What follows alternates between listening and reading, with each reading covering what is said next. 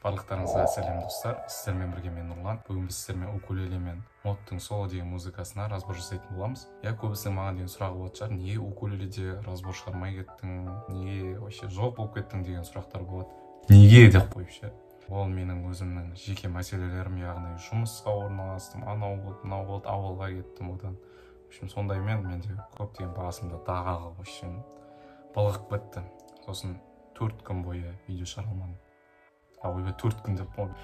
В общем, 4 ай бойы видео шығара алмадым.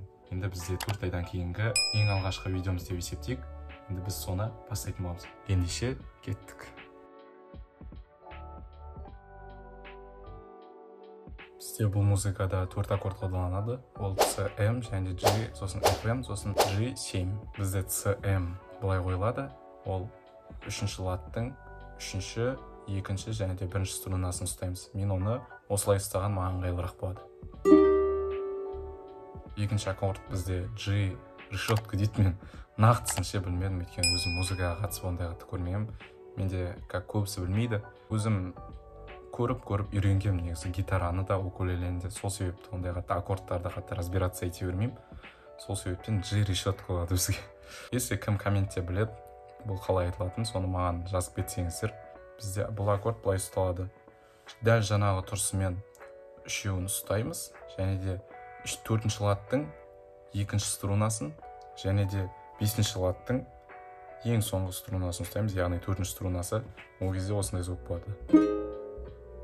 Енді кезекте бізде 3-ші аккорд FM, ол бізде қалай ұсталады. Ол 1-ші латтың 4-ші струнасы, және де 1-ші латтың 2-ші струнасы, және де 3-ші латтың 1-ші струнасын ұстайтын боламыз. Осылай.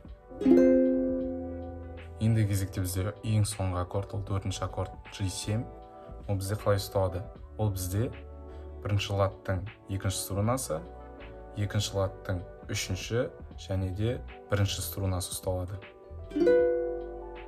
Біз толықтай барлық аккордтарды үйрендік. Енді кезекте бізде қағыс. Бізде қағысы былай болады.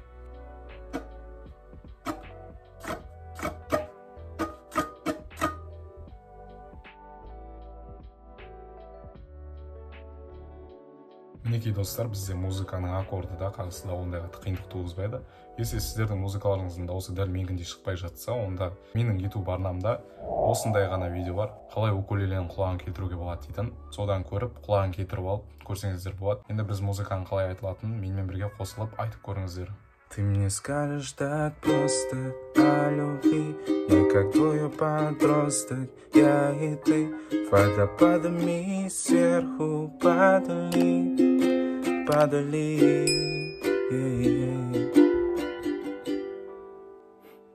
Мінекей достар, біздің осылайша музыкамыз аяқталды. Сіздерге осы музыка ұнап, разбор ұнап жатса, лайктарыңызды басып, менің арнама тіркеп кетіңіздер.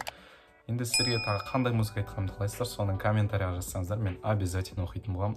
Ендеше достар, біз сіздермен қоштасамыз. Қош, сау болыңыздар.